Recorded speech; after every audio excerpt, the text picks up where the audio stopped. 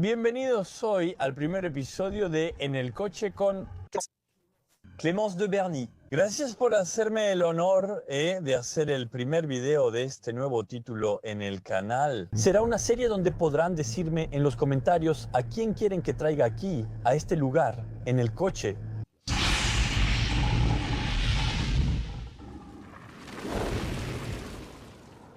Eres la primera, Clemencia. Estoy muy contenta y halagada, pero muy nerviosa porque suelo hacer preguntas, no responderlas. Exactamente, hoy soy yo quien hace las preguntas. Y pensé, porque me gusta la improvisación, que vamos a hacer esto improvisando con todos, a menos que tengan preguntas para las personas que quieren que yo entreviste y que lleve en el coche conmigo. Entonces, hoy, Clémence de Berny, una periodista automotriz que hace bastantes cosas. ¿Has trabajado mucho en la industria automotriz, sobre todo? Principalmente estoy en la industria automotriz, aunque comencé en política asiática y africana, que no está relacionada con autos. Ok, súper interesante. Inicialmente estudié en escuelas de política asiática y africana y 15 años de chino. Y hice una preparación periodística. Y después tuve la oportunidad de trabajar principalmente en medios africanos. Y trabajé ahí durante cerca de 1 año y medio, creo. Entonces fue bastante corto, pero realmente no vivía de eso. Así que tuve la oportunidad de entrar al sitio Autoplus. Okay. Ahí fue donde aprendí todo, aunque no sabía nada ni me interesaban los autos. De niña manejaba mucho, saqué mi licencia a los 18 años y pasaba el tiempo en el coche. Solo esperaba eso. Así que, de todas formas, sí tenía cierto gusto por los autos, pero cuando llegué a Autoplus no sabía nada, lo aprendí todo ahí y me pareció súper interesante. ¿En qué año fue tu primera experiencia en Autoplus? Entonces, Ok, interesante. Ahora estamos en 2025 y llevas 15 años en el sector automotriz. en Autoplus yo no probaba autos. De hecho, yo escribía noticias. Bueno, estaba bastante frustrada, mami, aprendí mi oficio claramente, pero estaba bastante frustrada de no poder tocar el producto, de no poder conducir ni nada de eso. Y entonces terminé por dejar Autoplus y ahí lancé Les Enjoliveuses diciéndome: voy a lanzar algo porque no quiero quedarme sin hacer nada mientras busco otro medio. Al final funcionó, así que nunca busqué otros trabajos porque esto resultó de inmediato. Ok. Mi enfoque era original para la época, el auto visto por y para mujeres. Y al final, ahora ya no es solo para mujeres. Porque me doy cuenta de que no hay un auto para todas las mujeres y que era más bien para las principiantes. Y luego, de hecho, ahora me dirijo un poco a todos, pero con un enfoque quizá femenino, ya que es el mío. Ok, sí, porque efectivamente eres una mujer. Soy mujer, salvo que se pruebe lo contrario. Por ahora, no hay duda. Eso es interesante, ya que hay pocas mujeres en este medio.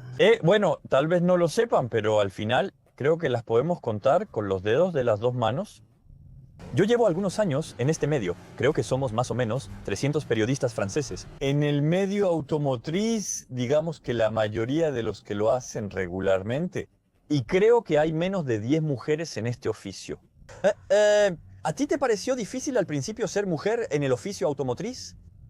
Al principio, al mero principio, cuando estaban los que llamamos los tamalús, los periodistas viejos, la antigua generación, recuerdo las primeras pruebas, especialmente las comidas durante ellas, almuerzo, cena y demás. Me interrogaban para comprobar si podía estar ahí, así que en ese momento hay que tener carácter fuerte. Como mencioné antes, no conocía bien el auto. Solo demostraba tener inteligencia que podría lograrlo y que tenía sentido crítico y que yo era una usuaria de auto, así que eso era un poco estresante. Después, hoy en día ya no me causa ningún problema, casi siempre soy la única mujer periodista en las pruebas. Está todo el equipo de los fabricantes, ¿no? Las relaciones públicas, etcétera, donde sí hay mujeres. Pero si no, realmente rara vez estoy acompañada de otras mujeres. Y hoy en día, de hecho, ya ni siquiera lo noto, es algo que ya tengo integrado. Sé que estoy en un ambiente masculino. Honestamente me he hecho de muchos amigos. Me divierto mucho, me encanta y pues, ya sabes, estamos juntos muy seguido. Tú ves que no soy víctima de ningún machismo en ningún momento. Así que no me puedo quejar. Me parece genial tener otra visión, ya que no usamos el coche igual. Nosotros lo decimos seguido en nuestros videos, ya que trabajamos juntos en el canal, para quienes lo ven.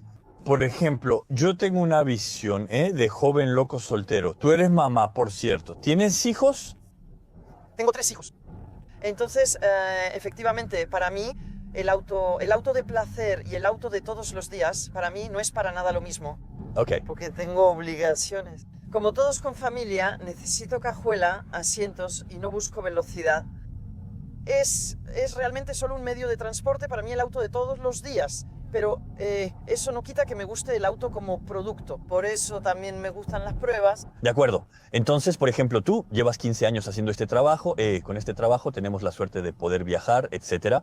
¿Hay alguna vez una operación promocional o una prueba que realmente te haya marcado? Dices, de estos 15 años, si tuvieras que quedarte con uno, ¿cuál sería? Y la experiencia, o alguna experiencia, o un auto, o algo en general. He vivido tantas cosas. Las operaciones promocionales todas son bastante agradables. Hay algunas que destacan un poco, pero lo que más destacaría para mí sería, o bien, en realidad es con turbo, o el tour auto que hice con Etienne. Entonces Etienne Bruet de M6 Turbo, entonces ese tour auto, donde además terminamos en tercer lugar. Hay una intensidad durante una semana, duermes poco, siempre estás en la competencia, o sea, realmente vives algo muy especial. Pues uno de los rodajes creo en Tanzania, igual un road trip en Tanzania o en Guyana, no sé cuál me gustó más, y eso es una aventura humana. Me gusta cuando el coche te ofrece algo distinto, cuando haces pruebas y lo analizas, pero en realidad el coche abarca todo. Tiene que ver con el deporte, la moda, noticias, política, viajes, con todo. Y en realidad incluso si es una aventura humana en muchos sentidos, eso es mágico y eso es lo que a mí me gusta. Por eso yo diría el tour auto o una grabación. En el extranjero, bueno, lejos. Es cierto que compartimos el tour auto también una parte el año pasado. Por la mañana fuimos a buscar a Ari Vatanen. Y fue bastante loco vivirlo como medio desde afuera, pero vivirlo desde adentro como piloto. Sí, pero incluso fui copiloto de Vatanen en el tour auto en una especial. Eso es mágico. Eso sí es grandioso, porque sí avanza un poco. Sí, me lo imagino. Eso es extraordinario. Fue un buen recuerdo. Ya me lo habías mencionado varias veces. Es muy loco pensar un día subir con Ari Vatanen. Y Ari, que por cierto te saludamos porque Ari lo adoramos. Es sinceramente una persona increíble. Adoro a Ari. Y estos encuentros también. Creo que conociste a bastante gente. ¿Hubo algún encuentro que te haya marcado, especialmente en tu...? Ari, sin duda es de mis encuentros más bonitos. Porque además de lo deportivo, como ser humano eres muy valioso y siempre piensas en los demás. De hecho, lo ves en el tour auto, le habla a todo el mundo. Nunca se cansa de que la gente se le acerque en todas partes, es alguien inteligente, simpático y todo eso. Entre mis grandes encuentros, bueno, también tengo un podcast que se llama Palabra de Mujer, donde entrevisto a muchas mujeres. Algunas mujeres me han marcado mucho. Bueno, un gran encuentro que sigo viendo también es con Margot Lafitte. Ella es genial, esta mujer es interesante. Igual, ella es como Ari, son personas que realmente se enfocan en los demás, que realmente se interesan por la gente.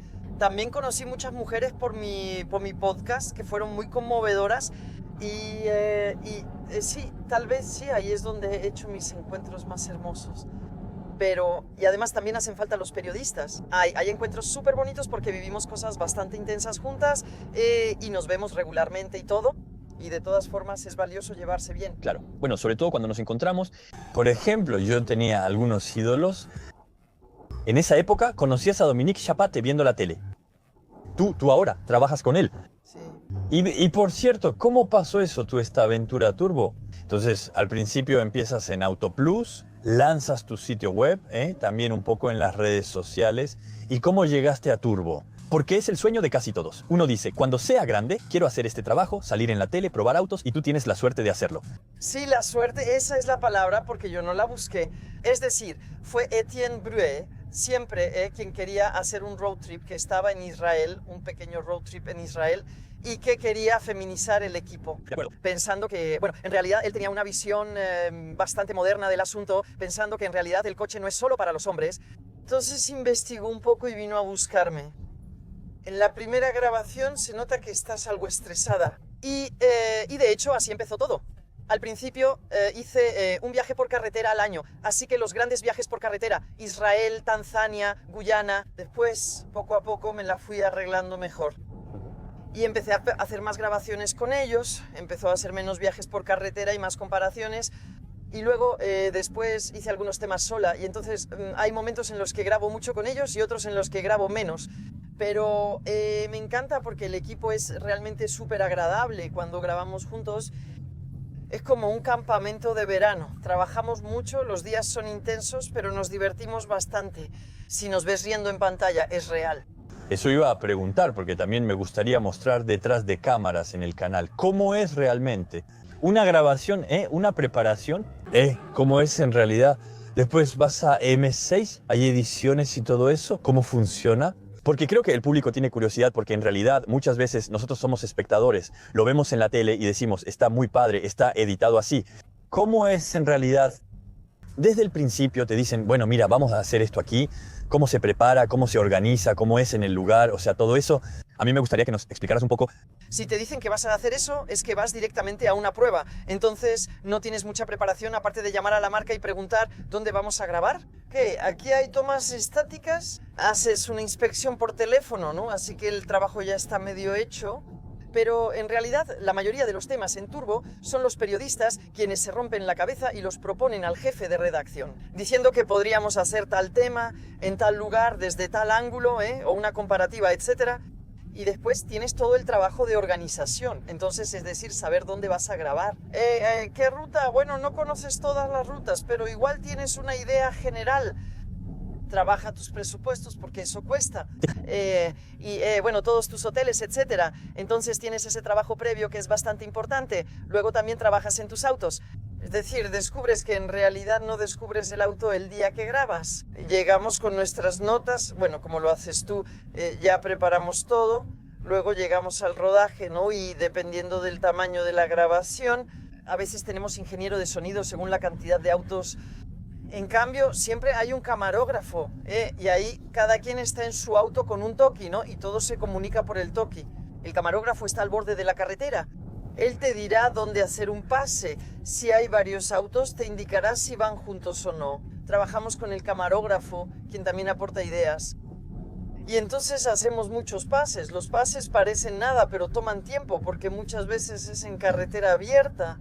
Esperas a que no pase ningún coche y que no estés, que no hayas tomado bien. No sé, tu curva, porque el camarógrafo estaba colocado ahí. Pensabas que estaba ahí y todo eso. En realidad es bastante largo. Después haces las presentaciones, que es mostrar el coche frente a la cámara. Luego grabas las tomas a bordo. Es cuando hablas mientras conduces y das tus impresiones de manejo. Y después regresas con tus pequeños clips y ahí tienes otro día pesado. Si es solo una prueba, puede tomar hasta 2 o 3 días de edición. Okay. Entonces, aquí el periodista está con el editor, así que no toca para nada la computadora ni el teclado, etc. Él solo da instrucciones. Quiero esto, hazlo así, pon esto ahí, etc. Y graba sus voces en off. Siempre hay voces en off. Así que aquí tú escribes mientras el editor hace su trabajo. Luego entras a la cabina y grabas tu voz. Ok, entonces es una cabina pequeña, un poco como en la música, donde está insonorizada y tienes tu voz. ¿Y no es difícil hacer la voz en off? Entonces, la voz en off, inicialmente yo era de prensa escrita. Poco a poco también pasé a la prensa televisiva. La tele es algo vivo. Y escribir una voz en off al principio fue muy difícil para mí. De acuerdo. Una vez que iniciaste está bien, pero en la introducción debes captar a todos con tus 2 primeras frases. Porque en realidad nunca empiezas con tu introducción. Siempre empiezas con imágenes bonitas, etc. Y ahí tienes que poner tu voz en off. Debes explicarles que se quedarán porque tu tema es interesante. Eso funciona. Ok, sí, es cierto que eso debe ser un poco importante de todos modos, incluso en la tele. Después la tele creo que es un medio todavía diferente, por ejemplo, de Internet. En Internet efectivamente puedes cambiar rápido. En la tele muchas veces solo la aprendes y ves, pero no lo pensamos realmente. Así. De pensar, no, habrá gente que se va a ir, por ejemplo, durante tal tema, etcétera. Eso se analiza. Sí, eso se analiza. Vemos si el programa funcionó bien en general y luego analizamos cada tema. Entonces tú no tienes que rendir cuentas, pero en realidad vemos si funcionó bien. Tú no estás bien, si eres la periodista, ¿cuál es el tema que no funcionó? Después, yo no estoy tan afectada como las demás. Los 4 chicos principales, los 4 periodistas principales de Turbo, que ellos pues hacen eso todas las semanas. Después ellos tienen más facilidad que yo porque justamente lo hacen muy seguido. Yo creo que para ellos la voz en off no es un problema. Sigo haciéndome preguntas, pero ahora se analizan las audiencias minuto a minuto. Ok, ¿y fue fácil para ti cuando llegaste a este medio? Al final ya los conocías un poco, pero la gente se pregunta si son iguales en la vida real que en la tele. Son los mismos, honestamente, y hablo por Turbo, pero en realidad creo que para todos los programas de autos que conocemos, honestamente son los mismos. Me divierto mucho con todos ellos, no, son muy buena onda y tal como los ves en la tele. ¿Y les gustaría que entrevistáramos, por ejemplo, a Dominique Chapat, Etienne Bruyet, Simon Apotegaleni, Greg Galifi, Nico Ede? Safet también es muy divertido. Safet es muy buena onda. Fuimos juntos al Dakar y fue increíble. No duden, si les interesa, que yo tome justamente, por ejemplo, personas así para poner en los comentarios. Yo creo que es bastante interesante. Lo curioso es que ahora para mí es como un amigo. Yo soñaba. Al entrar en este medio pensé, además es súper buena onda, como dices. De verdad, todos son súper buena onda, no se complican la vida y son divertidos, son amables, son inteligentes. Sí, a mí me encanta este equipo, honestamente. Genial. Como estamos en un coche y aquí hablamos mucho de coches, tú, por ejemplo, no voy a decir un coche. Si tuvieras que decirme 3 autos que te hacen soñar y te gustaría tener, ¿cuáles serían? Si tuvieras que tener 3. Si tuviera que tener 3, la verdad, yo elegiría deportivos. No son necesariamente los autos más extraordinarios, pero son con los que he vivido una historia. Aquí estamos en Audi, en la R8. Es el primer deportivo que logré conducir bien y pensar, ok, saqué lo máximo de este auto. Y entonces la R8 me encanta. Me había gustado bastante el Aventador, porque ahí sí tienes que sudar la camiseta. Me lo imagino. Y de hecho, ahí no conduces nada más que se parezca a eso. Eso es bastante mágico. Luego te sientes privilegiada y de hecho pasa algo, tú no sabes necesariamente para qué sirve el auto. No es para pista ni carretera, pero tiene algo, esa me gustó mucho. Y bueno, aquí tal vez voy a ser más clásica, pero no hay nada que hacer, este auto es mágico. Tomo cualquiera. Ok. Tomo cualquiera, me das una, está bien, funciona súper bien, es fácil de usar, es eficiente. Las opciones de la lista, esas podrían ser. Y la Clemence, entonces eso está genial. ¿Y los niños, dónde los pones ahí? Bueno, ya dije que serían deportistas. Me preguntaste si tengo derecho a decidir. No. En familia, creo que el XC90 no está mal. ¿Sí? Sí, creo que el XC90 no está mal. Es un buen compromiso. Hice un video con mi primo que recién compró uno de segunda mano. Muy interesante también. Nos da opciones. Y además lo tienes hasta en 7 plazas. Y Yo quiero 7 plazas. 3 hijos, ¿no? Son 7 plazas porque haces intercambios con los amigos, etc. Haces trueques, yo recojo a tu hijo de la escuela, tú me lo traes al día siguiente. Tienes 2, requieres 7 plazas. Ok, interesante. Está chido saberlo. Y sé que en tu podcast, vamos a retomar un poco tu podcast. Entrevistas a mujeres y les preguntas si se consideran inspiradoras. ¿Sabes que me he preguntado 20 veces qué respondería yo a eso? Diría que una mujer inspiradora, es una mujer que logra romper los techos de cristal. Nosotras mismas nos ponemos barreras. Todas tenemos el síndrome de la impostora, yo incluida. Okay. Y de hecho, el día en que logras decirte a ti misma, en realidad, no me importa lo que pase alrededor, lo que piensen de mí, todo eso, voy con todo y de hecho lo voy a lograr porque no soy menos capaz que un hombre.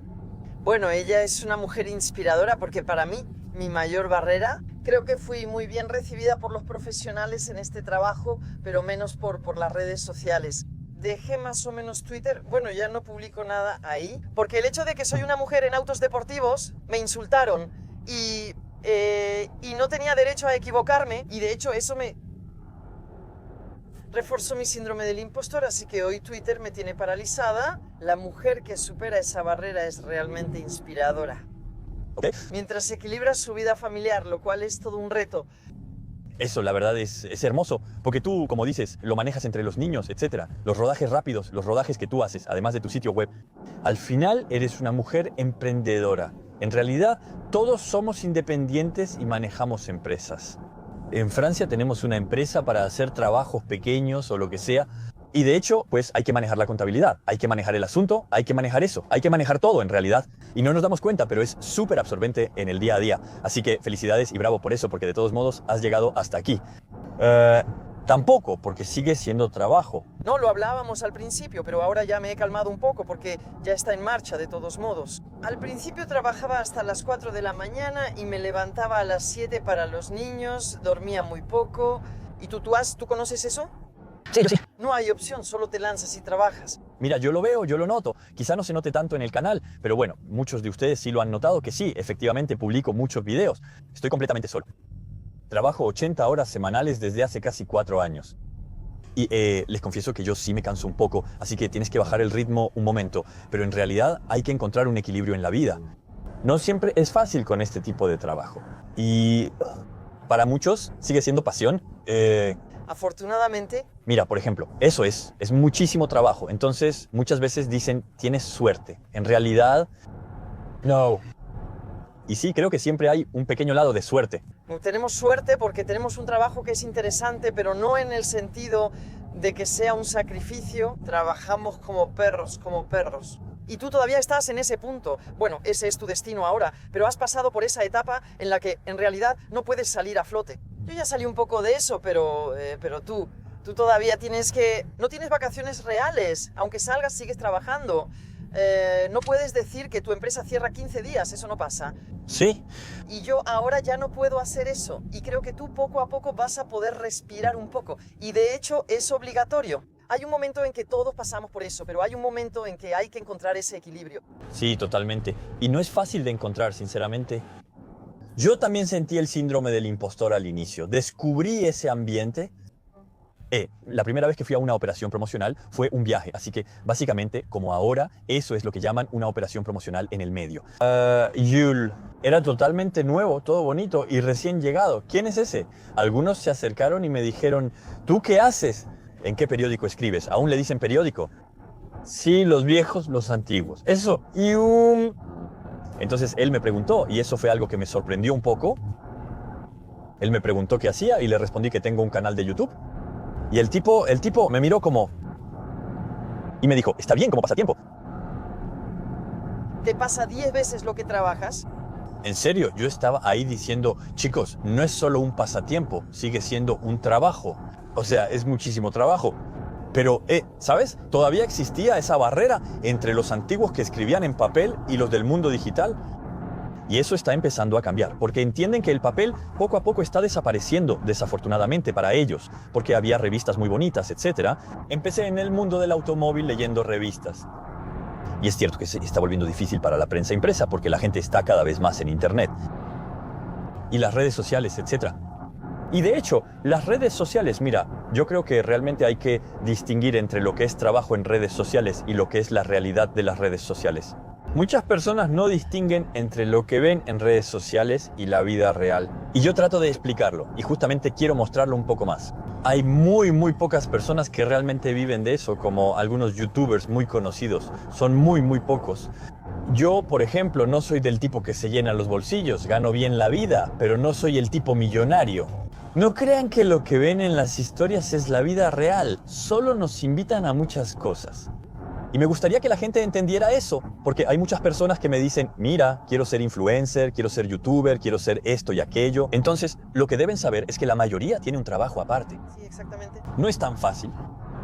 Algunos, como los de la tele, ellos tienen contratos de duración indefinida, porque llevan muchísimos años ahí. Pero incluso en la tele, la mayoría son freelancers, un poco como tú lo haces. Muchos son freelancers, pero en Turbo no. Algunos lo eran. Soy freelancer, pero hablo de los 4 principales. Ellos trabajan, pero llevan tanto tiempo ahí, así que, pues eso. Pero efectivamente tienes en la prensa escrita, radio, televisión, tienes muchos freelancers. Entonces, es mucho más flexible para los canales, para los medios. Y luego después, cuando eres independiente, estás integrado, tienes que diversificarte bastante. Pensamos en todo, hasta hay pastelitos. Sí, no, tienes que diversificarte bastante, lo volvíamos a comentar hace poco, así que yo de hecho tengo varios roles y en realidad no tienes opción. Si tuvieras solo el sitio o solo las redes sociales, obviamente consigues algunos contratos, pero bueno, es muy poco comparado con lo que necesitas para vivir. Y claramente, bueno, es casi imposible vivir solo de eso. Y además, tú como yo, también elegimos no contar toda nuestra vida en las redes sociales. Mi esposo no quiere aparecer en las redes sociales. Yo no quiero mostrar a mis hijos. Los ves de lejos o apenas los reconoces. Eso es. Entonces, sí, es complicado. Al mismo tiempo quiero compartir mi experiencia, pero por eso comparto más mi vida profesional y rara vez mi vida personal. Sé que eso frustra a algunos. Y puedo entender que, ya sabes, también quieras saber lo que pasa fuera de eso. ¿Cuál es? Nos contamos cosas de nuestra vida profesional y entiendo que queramos conocer la vida personal, pero en cambio para mí creo que es complicado compartir eso. Porque en realidad hay un momento en el que hay que saber poner un límite. Eso significa que al contar mi vida personal siempre grabo mis momentos y ya no los disfruto.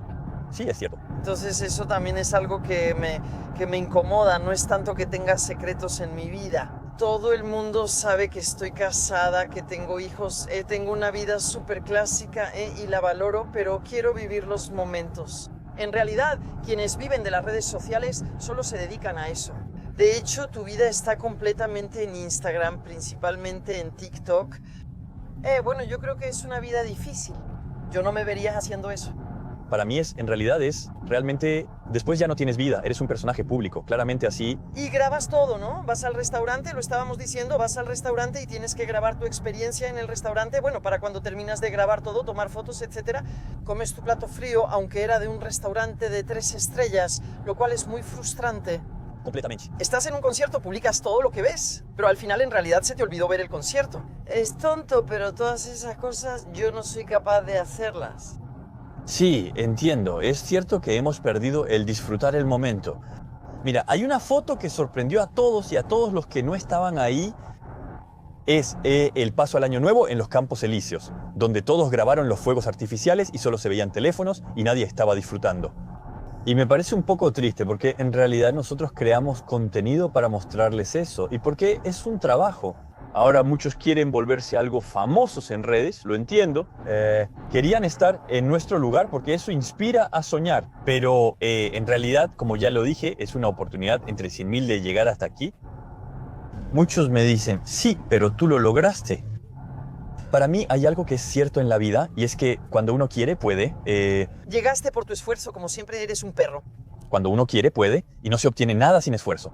Sí. Si quieren hacerlo, háganlo, pero no solo porque sí. Mejor intenten disfrutar la vida porque solo se vive una vez. Lo que yo digo es que solo se vive una vez en la vida. De todas formas, no lo volveremos a hacer. Disfruten el momento y vivan experiencias, pero no estén siempre en redes sociales. Yo es igual, lo hago un poco porque, bueno, es mi trabajo, digamos. Pero sinceramente hay veces que solo tengo ganas de dejarlo porque es demasiado. Es que ya no disfrutas para ti mismo y solo quieres hacerlo para los demás. Entonces hay muchas ventajas en hacerlo porque efectivamente cuando vives de esto, vives experiencias. Por ejemplo, lo que hay que decir es que aquí estamos trabajando y no nos damos cuenta. Hacerles este video es trabajo porque con Clemence pasamos horas juntos y hablamos mucho, pero ahora en realidad se ha convertido en trabajo. Para ustedes esto es entretenimiento, pero en realidad hay que... Después, ¿es un trabajo agradable? Es un trabajo agradable, así es. Muchos decimos que hay que dejar de decir que solo estamos disfrutando. Efectivamente, es realmente un trabajo, ya lo hemos dicho bastante, y sinceramente trabajamos como locas. Sin embargo, es cierto que también hay muchos momentos en los que trabajamos y es agradable porque trabajamos con personas con las que elegimos trabajar. Casi siempre hay restricciones. Algunas partes del trabajo son pesadas y otras agradables. Estoy contenta, solo uso la computadora para escribir mi artículo. Pero eso representa más o menos el 50% de mi semana. El resto del tiempo, ni siquiera el 50%, el resto del tiempo yo grabo, filmo, o sea, hay ambos aspectos, es agradable. También nos movemos, viajamos y descubrimos cosas. Después cuando viajamos disfrutamos, pero no visitamos, así que no hacemos turismo aquí. Pero nos ven, ¿sabes? El domingo pasado hubo un reportaje que se transmitió en M6 donde estábamos en Montenegro. Yo no visité Montenegro. En cambio vi las zonas rurales porque con el coche de todas formas nos movemos. Entonces, y vi que era hermoso y pues tienes el ambiente, tienes un montón de cosas. Eso está padre, ese es uno de los aspectos realmente geniales de nuestro trabajo. Y también la gente que conocemos. Por ejemplo, anoche cenamos con el director de Audi Francia, que resultó muy buena onda. Súper buena onda, sí. Y pues eso, conocemos personas así, increíbles, que nunca nos cruzaríamos en la vida real. Sí, claro. Hay muchas, tenemos muchas cosas que son súper buenas de vez en cuando. Pues eso también es una de las partes que realmente es muy padre de nuestro trabajo. es que pues las marcas automotrices suelen ser patrocinadoras de ciertos eventos, Renault de Roland Garros, Cupra de la Corda Arena, bueno, cosas así, algunos desfiles de moda y todo eso, y de vez en cuando, no siempre, nos invitan a esos eventos, y eso es como una recompensa por todo el trabajo que hemos hecho antes, y eso también son momentos agradables que tenemos la suerte de vivir y que no viviríamos de otra manera. Estoy de acuerdo en que tenemos trabajos, somos afortunados y nos encanta, pero no fue gratis. Sí, eso digamos que es merecido. Por ejemplo, hay marcas que confían en mí y autos o marcas con las que he trabajado sin descanso nunca me pagan. Lo que hay que saber es que nunca me pagan. Los fabricantes no nos pagan. Así es, porque hacemos prensa. Entonces, ¿no nos pagan? No somos influencers, pero a veces tenemos pequeños contratos o hago videos de bicicletas, etc. Y es raro, que hagamos cosas remuneradas. En todo caso, en la prensa eso casi no existe. Y a veces, pues recibimos pequeños regalos, por ejemplo, el rally que seguimos juntos con Toyota, ese tipo de cosas. Aún así, a veces tenemos experiencias muy bonitas. Y es cierto que, bueno, esas son cosas que no se pueden comprar, pero que nos hacen disfrutar de la vida, ¿sabes? Sí, hay muchas cosas. Bueno, el hecho de manejar en un circuito, varias veces al año tenemos la suerte de poder manejar en un circuito, eso es extraordinario. De manejar en tramos especiales, yo prefiero todavía más manejar en tramos especiales que en el circuito porque es más emocionante. No sabes lo que va a pasar. Pasan muchas cosas y todo eso, así que a mí me encanta. Todo esto, de todas formas, son oportunidades que son increíbles. Sí, siempre son experiencias muy bonitas. Tú también ya has hecho varios circuitos. ¿Tomaste clases para aprender a pilotar o aprendiste en el campo? Entonces aprendí en el campo. Mi primer circuito, lo recuerdo, bueno, era apenas el inicio para mí y aunque no soy muy femenina, llegué con un pantalón rosa, una camisa de flores y solo había hombres. Pero cuando lo pienso, en realidad sí he cambiado, mentalmente. Hoy en día ya no se me ocurriría llegar con un pantalón rosa. Bueno, al final, ¿por qué no? Pero realmente desentonaba y solo estaba con hombres. Tenía, pero un nudo en el estómago de tanto estrés. Conduje en una pista, estaba súper estresada. Pues fíjate que no terminé en último lugar para nada. No lo hice nada mal, aunque tampoco debía estar con celebridades, ya sabes, de pilotaje. Pero yo estaba en medio. Y luego poco a poco fui mejorando y no me va tan mal. Estoy lejos de ser piloto, jamás tendría esa pretensión, pero con el tiempo nos pasó, especialmente juntas. Bueno, no juntas. No hay. El año pasado tuvimos entrenadores con Toyota para aprender a hacer drift y a conducir en circuito y eso pudo. De hecho, yo sé que tengo un problema con el frenado, que es demasiado brusco, etc. Así aprendes a optimizar y es interesante señalar un punto específico. Luego aprendes a tener un frenado más progresivo, incluso en pista. Porque así como en la carretera piensas en hacerlo, igual en la pista tienes la impresión de que es pisar a fondo y listo, ya sigues. Entonces ahora de vez en cuando hago pequeños entrenamientos y todo eso, y eso está padre. Pero al principio no, para nada. Y te digo, llegué como una muñeca Barbie. Sí, ok. Oh. Eso está chistoso. Lo hicimos en el Castellet con la Audi Experience y ganamos el primer lugar en una carrera oficial de la Federación Francesa del Deporte Automovilístico. Y aún así fuimos los primeros, nos fuimos con nuestros pequeños trofeos. Fue muy agradable. Una carrera con todos los periodistas franceses, había muchos que estaban atrás, estaban molestos, pero bueno, ganamos de todos modos. Esa fue una gran experiencia. Y ves, bueno, por eso también hago este trabajo. Es por todo ese lado muy divertido, súper cool, donde vivimos cosas. Tal vez vuelva a pasar este año, entonces no sé si nos van a invitar otra vez o no. Sería increíble. Pero yo... Me encanta este ambiente porque soy muy competitiva. No me molesta perder cuando termina, pero en la competencia quiero darlo todo. Tú eras igual. Todo nuestro equipo era igual y sinceramente ese ambiente era realmente increíble. También estaba organizado según los códigos de una competencia automovilística, así que realmente tenías, sí, algo un poco especial. A mí me encanta eso. Creo que lo ideal sería vivir más experiencias así. Ahora, eso está desapareciendo poco a poco. De hecho, tú empezaste este trabajo hace unos 15 años. ¿Tú notas la evolución entre los autos de antes y los actuales? Porque hace 15 años ni se mencionaba la electricidad. Y lo que está pasando ahora, ¿tú qué piensas del presente y del futuro del automóvil? Sí hubo un antes y un después del COVID. Antes de la pandemia ya usábamos autos eléctricos. Salimos del confinamiento y siento que solo probamos eso. Y en las pruebas entonces Me parece un poco más complicado porque los autos quizá tienen un poco menos de personalidad porque son las mismas aceleraciones, es el mismo torque. Obviamente no son los mismos números, pero en general sí tienen menos personalidad. Ya no tienes el rugido del motor. De la misma manera, piensas en muchas cosas, pero en mis impresiones de manejo sí funciona, eso es todo. Y entonces creo que ahí extrañas un poco el motor de combustión para hacerte la chica un poco reaccionaria. Y sobre el futuro, yo no estoy convencida de que vayamos hacia lo totalmente eléctrico y muy honestamente no lo espero. Creo que hay muchas alternativas, especialmente el e-fuel auto. Yo sí creo bastante en eso y pienso que si llegamos a eso, tal vez volvamos a tener ese amor por el auto que estamos perdiendo, aún así un poco. En Francia los jóvenes no tienen prisa por sacar la licencia de conducir. Vas a las grandes ciudades y hay políticas anti-auto, etc. Al final eso afecta nuestro interés en el auto. Y hoy en día el auto se ve más como un objeto utilitario, cuando en realidad puede ser un objeto de pasión, ¿sabes? Sí, totalmente. Pero creo... Y quizá el e-fuel lo permita. Yo creo que toda esta política anti-auto y el hecho de llegar al 100% eléctrico, en realidad todo eso, no me opongo a lo eléctrico, pero tener varios tipos de autos implica muchas personalidades automovilísticas distintas. Pues entonces cada quien va a encontrar algo que le guste un poco más. Sí, totalmente. No se puede complacer a todos. Cada uso requiere un tipo de coche. La gasolina y el diésel tienen funciones distintas en esa época. Y, bueno, es cierto que no es fácil. No sé hacia dónde va el futuro. No duden en dejar en los comentarios lo que ustedes piensan también. Porque a mí me gusta tener la opinión de todos. Me gusta tomar opiniones de todos lados. No me gusta que solo se mire.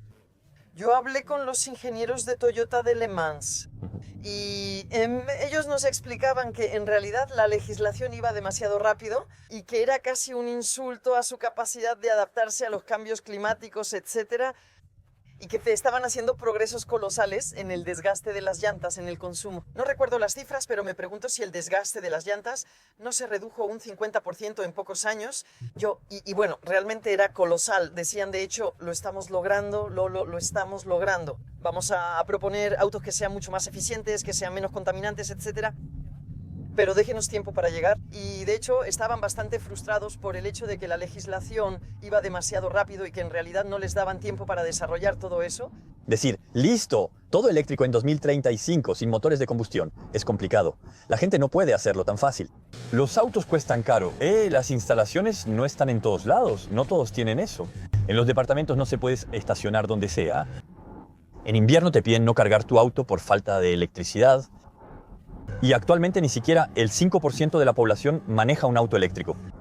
Imagina si llega al 50% o 100%. Eso no funciona. Pues no, eso no es posible. Porque incluso si hoy en día para recargar tu auto tardas mucho menos que antes, efectivamente eso es lo que decíamos. En 10 minutos recargas más de 100 kilómetros y en 20 minutos hasta el 80% de la batería. Entonces, efectivamente es rápido. Pero imagina, siempre pongo el ejemplo de la salida para ir a esquiar porque todos van en la misma dirección. Entonces ahí tienes todo el parque automotriz francés. Bueno, estoy exagerando un poco, pero básicamente todos van en la misma dirección. Si todos tardan 20 minutos en cargar su auto, la fila para recargar llega hasta la autopista, ¿no? Sí, claro. Entonces, de todos modos, hoy en día sigue siendo un poco complicado. Aunque cada vez está más desarrollado, hay cada vez más estaciones de carga y cada vez fallan menos. ¿Por qué también tenías eso al principio? Bueno, de todos modos, yo creo que, bueno, al menos yo no creo que vayamos hacia lo totalmente eléctrico, contrario a lo que se supone que debería pasar. Clemence, hablabas de aceleración. Estamos en un S6, haremos un 70-110. ¿Lista? Sí, hasta se me caen los lentes. Espera, te están arruinando tu aceleración. Es una lástima, pero no rebasamos por la derecha. Lo eléctrico es bastante loco. Así es. Se corta, rayos. ¡Guau! Aún así funciona. Sí, eso es una locura. No, pero por eso, lo eléctrico, hay muchas cualidades en lo eléctrico. Lo eléctrico en la ciudad es súper agradable. El par motor disponible al instante es genial y hay muchas cosas buenas, pero no es para todos. Para quienes manejan mucho, no te sientes segura siendo totalmente eléctrica. Aunque hoy ya se puede hacer largas distancias, igual no te sientes segura. Entonces, en realidad se necesita de todo para hacer un mundo, y eso es cierto en la industria automotriz. Completamente. Mira, yo regreso al inicio de tu camino, tus estudios de periodismo, política, etc. ¿Por qué no continuaste en eso? Bueno, en realidad al principio yo realmente tenía ganas de irme a Asia, sobre todo porque había estudiado chino durante 15 años.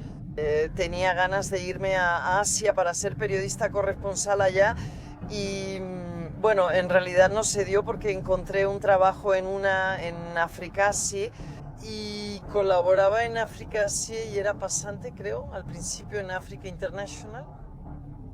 Y bueno, me encantaba. Hacía artículos y reportajes de fondo, era muy interesante y estimulante intelectualmente. Sin embargo, es una prensa sin dinero, ya que en Francia llega una diáspora muy específica. Y de hecho, eso realmente no estaba bien. Bueno, no me pagaban bien porque pues así es el sistema económico. Y entonces busqué por todas partes, pero por todas partes. Yo apuntaba a Geo, era el grial para mí, etcétera. Ellos solo tienen corresponsales en todos lados, ¿no? Yo pensaba irme para intentar ser corresponsal, que es vivir en el lugar. Enviado especial es cuando te envían a cubrir un tema y cuesta más caro, ¿no? Entonces, generalmente intentan trabajar con corresponsales. Pero si tú quieres ser corresponsal, piensas que en realidad tienes que vivir allá. Y después ves si encuentras medios en Francia que acepten tomar tus artículos, tus temas de radio y todo eso. Ok. Así es, muchos lo hacen y tienen razón. Pero yo estaba en una etapa de mi vida en la que no podía fracasar. Había conocido a mi esposo, quien no quería acompañarme a China, y entonces busqué por todas partes, y de hecho al final terminé encontrando por Jean-Louis Moncet, que era periodista de Fórmula 1 y también en Autoplus. Él me dijo, bueno, escucha, te encontré te conseguí una cita con el editor en jefe web de Autoplus. Y luego, escucha, ya verás. Y yo estaba ahí, pero ¿qué hizo? No conozco los autos, etcétera. Y de hecho, él me conocía lo suficientemente bien como para sentir que iba a funcionar. Y así fue como empezó todo. Pero inicialmente yo no apuntaba para nada a los autos, realmente casi ni siquiera a los medios. La cocina, bueno, la gastronomía me encanta. Es mi otra verdadera pasión, es la gastronomía, cocinar, etcétera. Y si no, también quería ser periodista de tenis porque me encanta el tenis. Y luego, de hecho, poco a poco, es el azar de la vida. Es donde decimos que en la vida profesional, de todos modos, se necesita un poco de suerte, algunos empujoncitos, esas cosas. Así llegué al mundo del automóvil. Afortunadamente, todo lo vivido con el auto y los encuentros me encanta. Amo mi vida. Y otra vez, sin embargo, hay sacrificios. Al principio dormía muy poco porque trabajaba muchísimo, etcétera. Ahora tengo una época un poco más tranquila, pero más tranquila, bueno, hay que decirlo rápido porque de todas formas sigue estando el trabajo, pero es verdad que hoy estoy realmente contenta de hasta dónde he llegado. Ok, y si tuvieras que cambiar el futuro, ¿cómo lo ves? Desde los 14 años quiero ser periodista. Entonces, ¿sí sabías que querías hacer artículos? Me gustaba escribir y al principio quería trabajar en la prensa escrita. Me encantaba escribir, dormía con una libreta y muchas veces en la noche me despertaba para escribir. De acuerdo. Me gustaba escribir, aunque ahora tengo menos tiempo para hacerlo, aunque aún me gusta.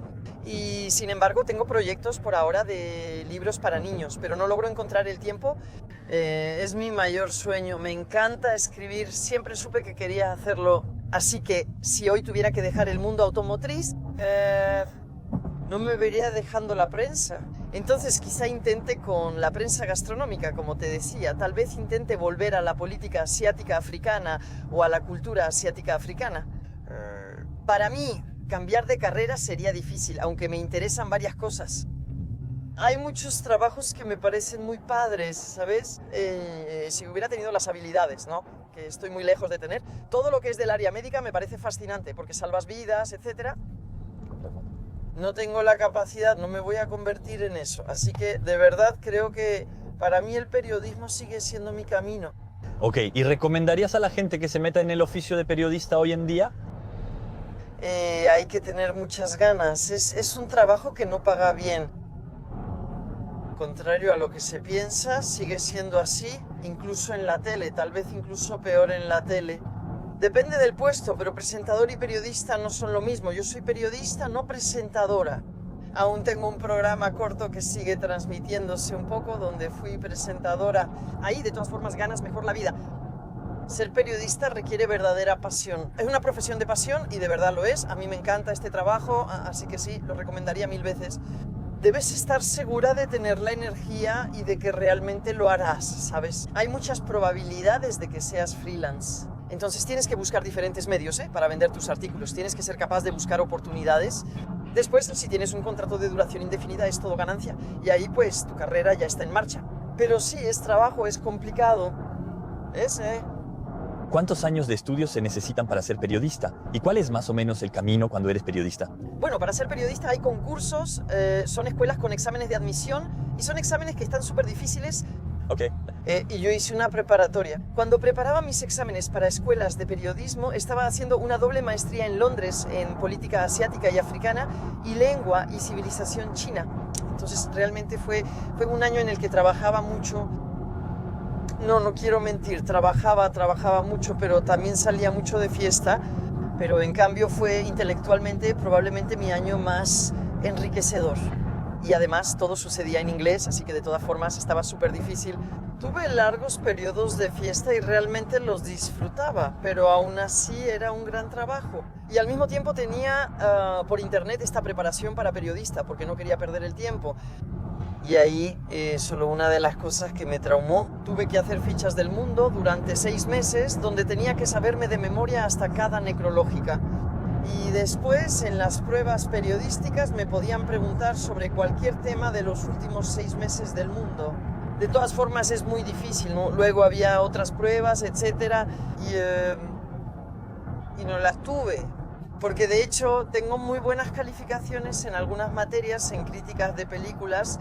He tenido muy buenas calificaciones, tuve varios exámenes, la nota eliminatoria en actuación y el fichaje del mundo porque no lo hice correctamente.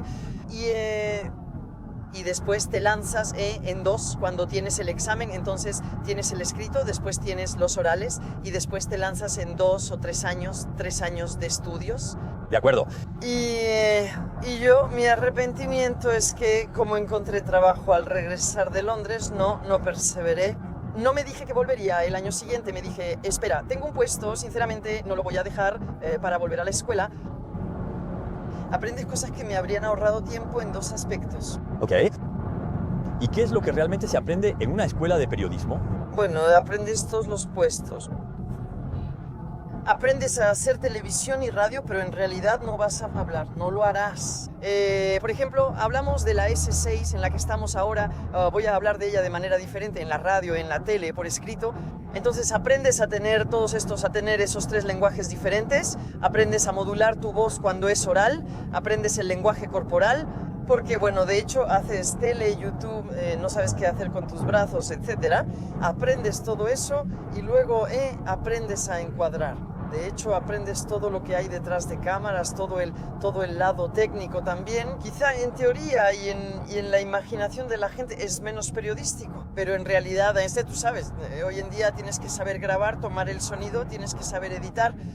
Actualmente los periodistas no siempre cuentan con un ingeniero de sonido, camarógrafo o editor. Somos muchos, bueno, tú por ejemplo, somos muchos los que tenemos que saber hacer de todo. Yo cuando estaba en Autoplus hice edición, estaba ahí batallando con mi software y luego poco a poco en realidad lo logras. Pero es ahí donde la escuela de periodismo está bastante bien. La escuela de periodismo es buena porque te da contactos y facilita encontrar trabajo como periodista. Hay que insistir porque los lugares son muy codiciados. Muchos queremos eso, pero pocos consiguen trabajo. Así que la escuela de periodismo para eso. Si tienes el aguante para trabajar y prepararte para estos concursos que son realmente duros, vale la pena porque de verdad es un gran impulso para empezar. Ok, interesante. Yo no fui a una escuela de periodismo. Llegué ahí casi por casualidad y con trabajo. Tuve que hacerlo distinto gracias a estas redes sociales que cambian todo. Sí, facilita un poco las cosas y al mismo tiempo hay aún más personas que intentan hacerlo. Y como decía, cuando se quiere, se puede. Si quieres darte los medios, vas a tener que trabajar. Pero es más difícil que para cualquier periodista que llegó ahí porque no tienes los conocimientos, no sabes hacerlo así nada más. No tenemos todos los códigos ni sabemos cómo acercarnos. Si tienes ganas, creo que puedes lograr todo en la vida. La otra ventaja, en cambio, porque sí hay una de no haber estudiado en una escuela de periodismo, y he recibido varias veces ese tipo de comentarios, que no tengo el tono periodístico estereotipado. Y eso también gusta. Pues obviamente tú te inventas tu propio estilo. No te dijeron que tienes que hablar así. Hay cierta entonación, muchas veces es la misma entonación, ¿ves? En la tele, Como un poco musical. Y yo pues no tengo para nada esa cosa porque no me la dieron. O sea, sé cómo hacerlo, pero en realidad no aprendí a hablar así. Entonces, a menos que me pidan que lo haga, no lo voy a hacer porque no es mi forma de hablar. Y entonces eso también puede darte un poco más de personalidad. Al final de cuentas, los periodistas lo hacen. mira, por ejemplo, en la radio o en la tele, eso lo tienes muy seguido.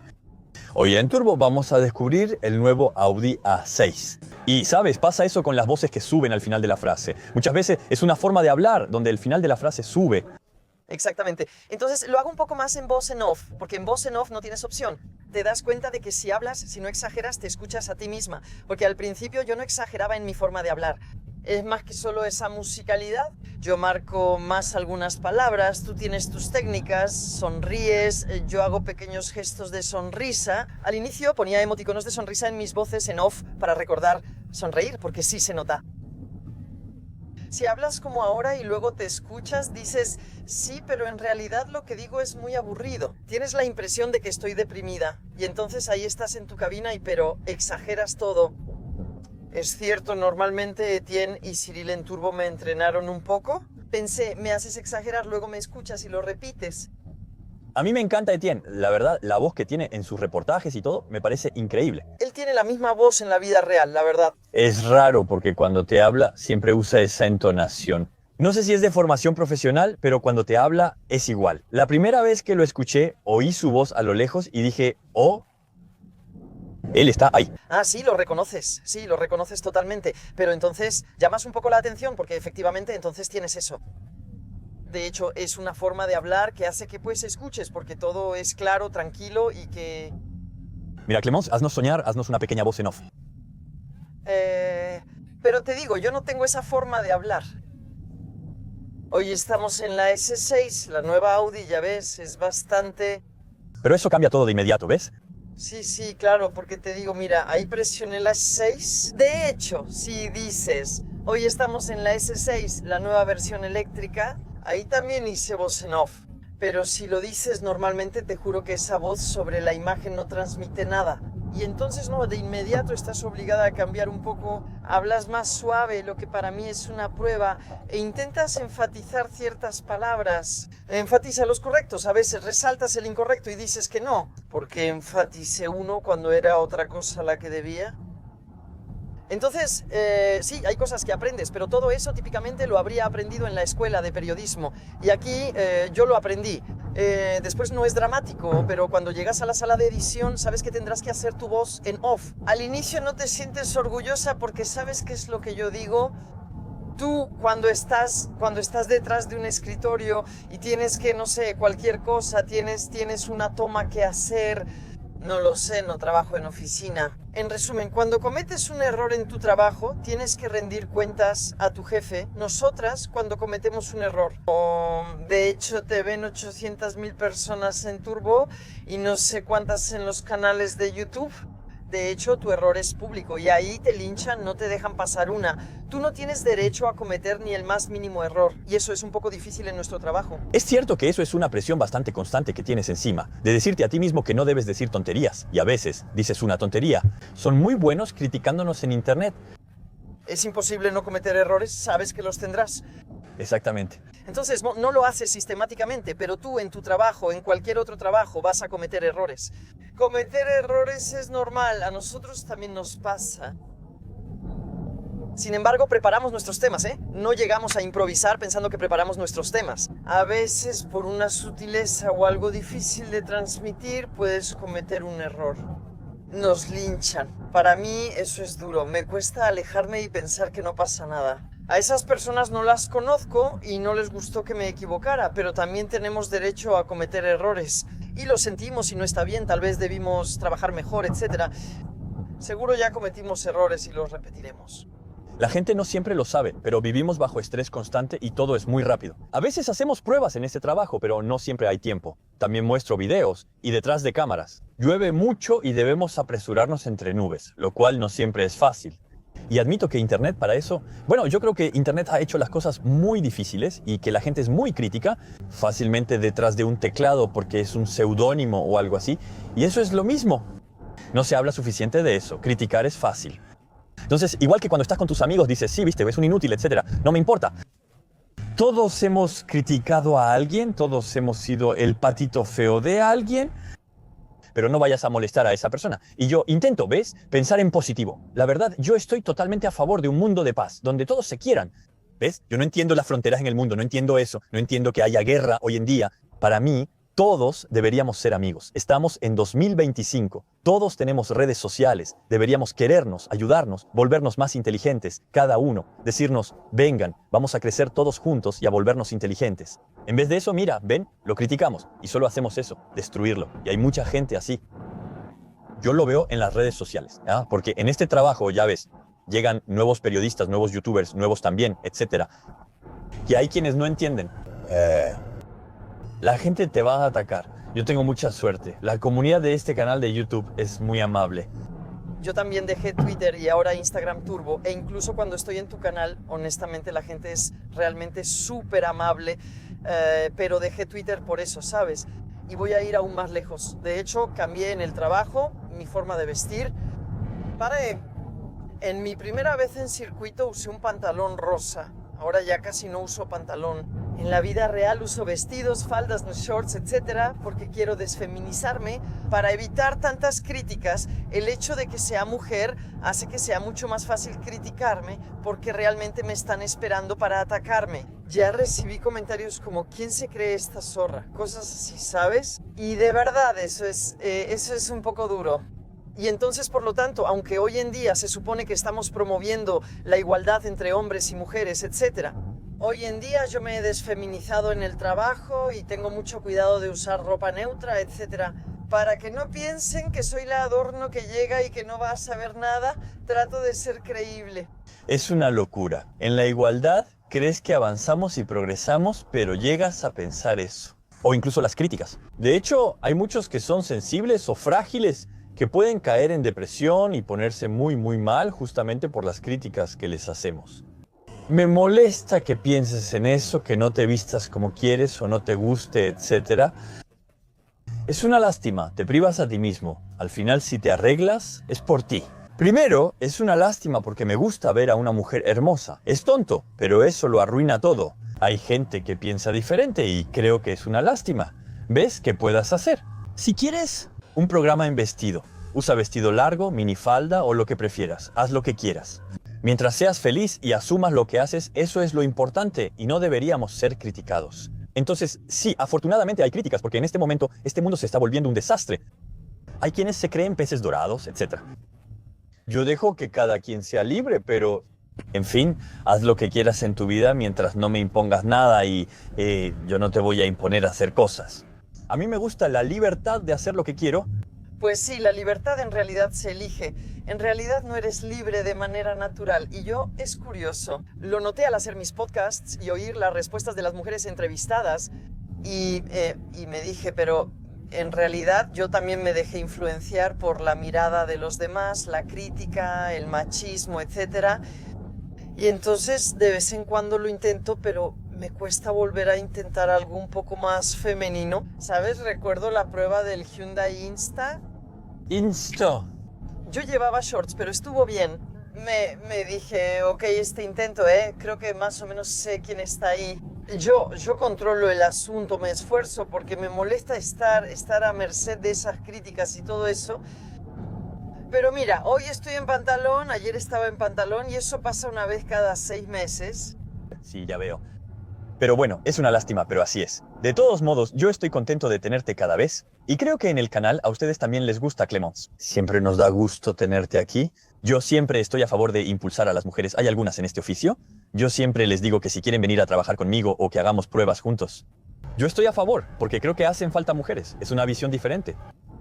No es porque seas mujer que no sepas conducir, no es porque seas mujer que no sepas de autos. Hay mujeres, como decía Margot Lafitte, por ejemplo, ella es piloto, etc. Hay muy buenas pilotos. Está Sarah Bobby, por ejemplo, una belga con la que ya me había subido al auto y que es piloto, pero que me deja atrás como nunca en la pista. Está Line, por ejemplo, Line Piguet, igual, bueno, ella conduce, es instructora, etc. Conocemos a varias, yo creo que es una locura. Gracias de todos modos, señoras, por venir y mostrarles a algunos hombres que ustedes están aquí. Eso es importante. Y de hacer que esto perdure. Sigo de cerca a Susie Wolf, me parece genial. La F1 Academy es una academia femenina que se realiza junto a algunos grandes premios, no todos. Y bueno, ellas empiezan en F4, pero el objetivo es subir, subir, subir. Llegarán hasta la F1, eso espero. Algunos dicen que la F1 es exigente físicamente para las mujeres, no por falta de capacidad. Pero de hecho, Margot Lafitte en una entrevista para el podcast me contaba que incluso la Fórmula Renault, su papá le dijo, pide cojines a los lados, es algo duro. Ella pensó, no, soy la única chica. No llegaré pidiendo que me pongan cosas para sostener la cabeza. Odiaba la experiencia porque no tenía fuerza en el cuello y al final ni podía sostener la cabeza. Y bueno, después también se entrena, pero la Fórmula 1 exige mucho físicamente. No es que solo estemos sentadas en un asiento tipo cubo sin hacer nada, pero si las mujeres llegan ahí, creo que tal vez también habrá un cambio. Porque las mujeres están subrepresentadas, porque además ellas mismas piensan que eso no es para ellas. Debemos generar ese cambio desde la base, que las mujeres vayan a esas profesiones de ingeniería automotriz, ¿no? Que se interesen en el pilotaje, que se interesen en muchas cosas. Pero yo sí lo creo, pienso que va a suceder porque a las mujeres les gustan los autos, ¿no? Las pocas mujeres a las que les gustan los autos realmente saben mucho sobre ellos. Sí, claramente. Después, como dices, está el lado físico, así que no puedes comparar a un hombre y a una mujer. Eso es genético, no se puede hacer nada al respecto. Mira, también me intereso mucho por las mujeres y veía programas donde hablaban, incluso ellas. Existen los ciclos menstruales. Y de hecho, eso influye en las hormonas. Y las hormonas, el nivel de testosterona. Y hay otros nombres. Ya no recuerdo muy bien cómo se llaman. Por ejemplo, en los Juegos Olímpicos, las mujeres trataban de ajustar su periodo para que fuera después del evento. Para lograr ese efecto hormonal y evitar que sea después del periodo, ya que el cuerpo experimenta una baja física. Y eso, los hombres, nosotros, tranquilos, a nosotros no nos importa, ¿ves? Estamos ahí, somos iguales todos los meses. No tenemos esas hormonas que nos hacen llorar, a veces te sientes triste por ellas. Nosotros no tenemos nada de eso.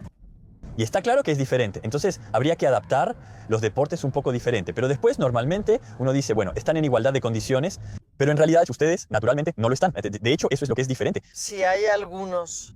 Un hombre y una mujer no son lo mismo.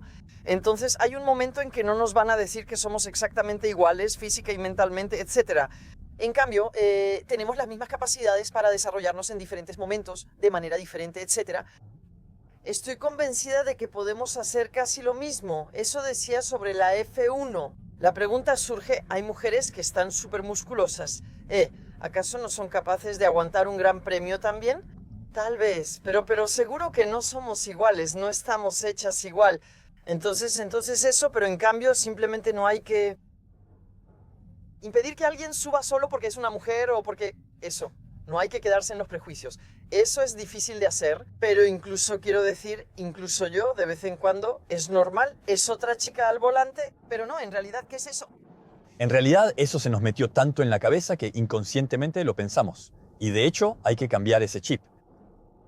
Y, sabes, no podemos decirnos que no, pero es porque en realidad hay que cambiar eso. Lo que digo es esto, piensa en tu vida, en ti, ocúpate de tus asuntos y haz lo que debes hacer. ¿Ves? Así logré el éxito y por eso este canal funciona. No hice caso a los demás.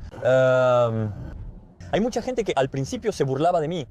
Francamente, yo tenía tipos que decían, mira a la youtuber ahí, sí, hola chicos y todo eso. Y sabes que hoy están aquí.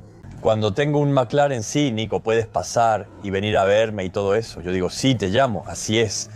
Y no, eso es, hay gente que no va a creer en ti. Creo que casi todo el mundo es capaz de lograr algo si realmente lo desea. Mi papá decía que todos tenemos el mismo cerebro y si queremos, podemos lograrlo, ¿ves? Solo hay que prepararse. Si tienes afinidad, hay personas, pero en la vida hay de todo. Hay personas que van a ser astronautas, hay personas que van a ser físicos. A mí no me gustan para nada las matemáticas. A mí tampoco. Si me hubieran dado las ganas de amar, yo tuve profesores en la escuela que eran muy buenos. Ciencias de la vida y de la tierra, tuve un profesor de ciencias de la vida y de la tierra en la secundaria. Era increíble. El tipo hizo que me encantara eso porque me interesaba en las cosas. Me daba pequeños tutoriales. Nos hacía hacer cosas chidas y nos explicaba todo de forma pedagógica. Yo tuve maestros franceses, ¿no? ¿Sabes? Lo hice durante un año en el extranjero. Pensé que sería el maestro que todos adoran y motiva a otros. Yo enseñé a adultos, incluso de 55 años. Enseñé al jefe de la Policía Nacional. Para que te des una idea, era el cargo justo debajo del primer ministro. Le hice cantar Un mundo ideal de Aladín. Me encanta. ¿Ves? Yo quería cosas divertidas y que fuera simple. También quiero que la gente se libere. Y a él le encantaba. Y yo hacía cosas así. Y le puse a escuchar El Rey León. A mí me encantaba El Rey León, ¿sabes? Creo que debemos hacer lo que nos gusta de forma sencilla. Y así lo fomento en la gente. ¿Y si haces algo que te gusta y lo compartes con la gente? Sí, estoy de acuerdo. De hecho, todo se puede hacer. Todo en la vida puede ser divertido. Puedes llevar cosas que a otros no les gusten y pensar, mira, puede ser más cool así. En la escuela estudié bachillerato en ingeniería mecánica, enfocándome en fuerzas y materiales. Teníamos algo que se llamaba los torsores. Eran cálculos físicos, pero súper aburridos. Es algo que ves en papel y dices, ¿quién escribió en jeroglíficos aquí? Y de hecho, ni siquiera había números. Eran puras X con cosas, funciones, cosas así. Y no me gustó para nada eso. Y un día hubo un profe que me lo explicó, me dijo, no, pero mira esto, tomas esto es la fuerza. Y ¿sabes? Me lo explicó y dije, oh, y entendí el asunto. Las cosas esas, las A más B menos B al cuadrado, eso me hartó. Desde que mezclaron letras con números en la escuela, pensé, ¿dónde quedaron las matemáticas? Me gustaban las sumas, restas, sustracciones y divisiones. ¿Dónde está X? No sé, solo lo veo en canal a veces los sábados por la noche. Y ya. No me gustó porque no tuve un profesor que me motivara. Creo que es igual en este trabajo. Pensé, hay personas que lo logran y están motivadas. Yo, ¿ves claramente? Creé este canal porque estaba Akram, que es un youtuber automotriz multimillonario de su familia, que tuvo mucho éxito y que hacía videos con el iPhone, ¿ves? Y pienso, caray, él hace esos videos y yo sé tomar fotos porque era algo que me gustaba, sé hacer videos, vamos, lo intento. Y eso fue lo que me dio las ganas de decirme que si él puede hacerlo, yo también puedo hacerlo. Me di cuenta de que no puedo hacerlo así, pero me dije que sí podré si trabajo más que los demás. Acepté todo, probé muchos autos, al inicio solo quería deportivos. Digo sí a todo, pruebo Dacia y otras cosas. La primera vez que oí de Dacia dije, ¿sabes que jamás he tocado un Dacia ni siquiera con un palo? No me importaba Dacia, solo disfrutaba los autos. Y de hecho, poco a poco descubrí que me gustaba y pensé, oye, voy a hacer que todos lo conozcan. Ahora mucha gente ve de todo y me parece interesante. Sí, no, pero claro que sí. Es como tú, trabajas un poco aquí, haces algo y obtienes experiencias. En la vida hubo una película llamada Yes Man donde él decía sí a todo. Eso. Me apliqué un poco el mismo principio en la vida de decir sí a todo y decirme, bueno, eso es. Y ves, eso me permite hacer, ¡guau! Alto. Ay, puré, yo tengo... Puré está creciendo. Ah, sí, no lo soporto bien, pero tengo... una vez que empieza eso me dan unos mareos cañones. Pero ves estas experiencias y poder hacer eso y esas pequeñas sensaciones y todo, pues me digo, mira, nunca habría vivido eso si no hubiera trabajado más que todos los demás. Muchos jefes y emprendedores coinciden en que en algún momento trabajaron intensamente. Sí, eso es seguro. Y yo, hay otra cosa, siempre me he dicho que si tengo miedo de ir, porque obviamente hay momentos en los que dices, no, pero ahí no lo siento, no sé, es demasiado difícil, es demasiado para mí, etc. Si tengo miedo de ir es porque es ahí donde debo ir. Por lo general, cuanto más miedo sentía, mayor era el nudo en mi estómago. Pero creo que se necesita trabajo y un poco de audacia, de valor, porque es ahí donde hay que ir, porque es ahí donde te vas a superar. Pero eso es todo.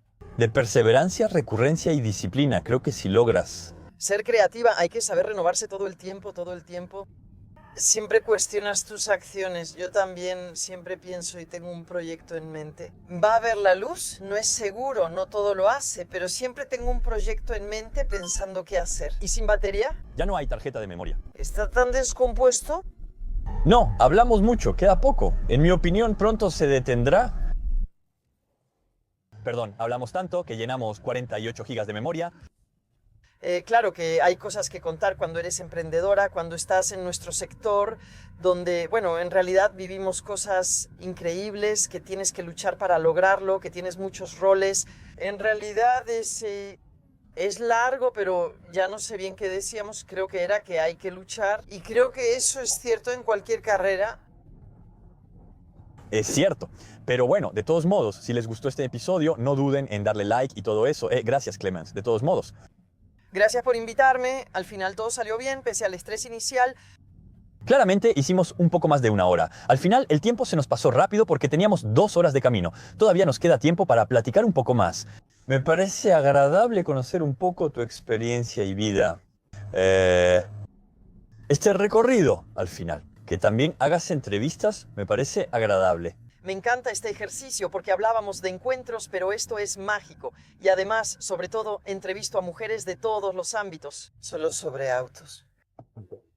Y entonces descubro un montón de cosas. He entrevistado a una campeona de apnea, también entrevisté a Margot Lafitte, esa sí fue sobre autos, entrevisté a Sarah Lavoine, que está en la decoración.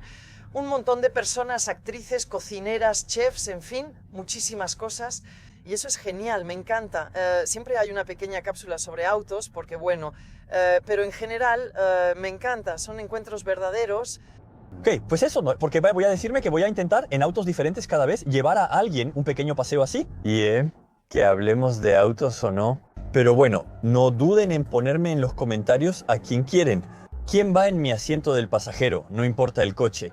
A veces autos divertidos, mi Twingo, autos de lujo o deportivos, incluso el del dueño. ¿Por qué no? Quiero llevarlos así, descubrir cosas con gente y conocer personas de trayectorias atípicas. Como tú, que haces política y luego eres periodista automotriz. No sabemos a dónde llevará eso.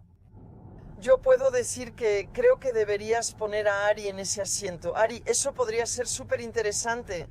Bueno, él tiene cosas que contar. Totalmente, una vida de locura, de verdad, Ari Vatanen.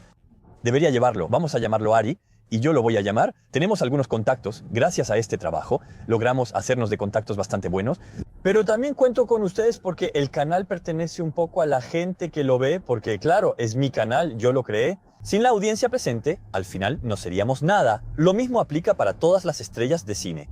George Clooney es famoso por sus geniales películas, sin ellas no sería nadie.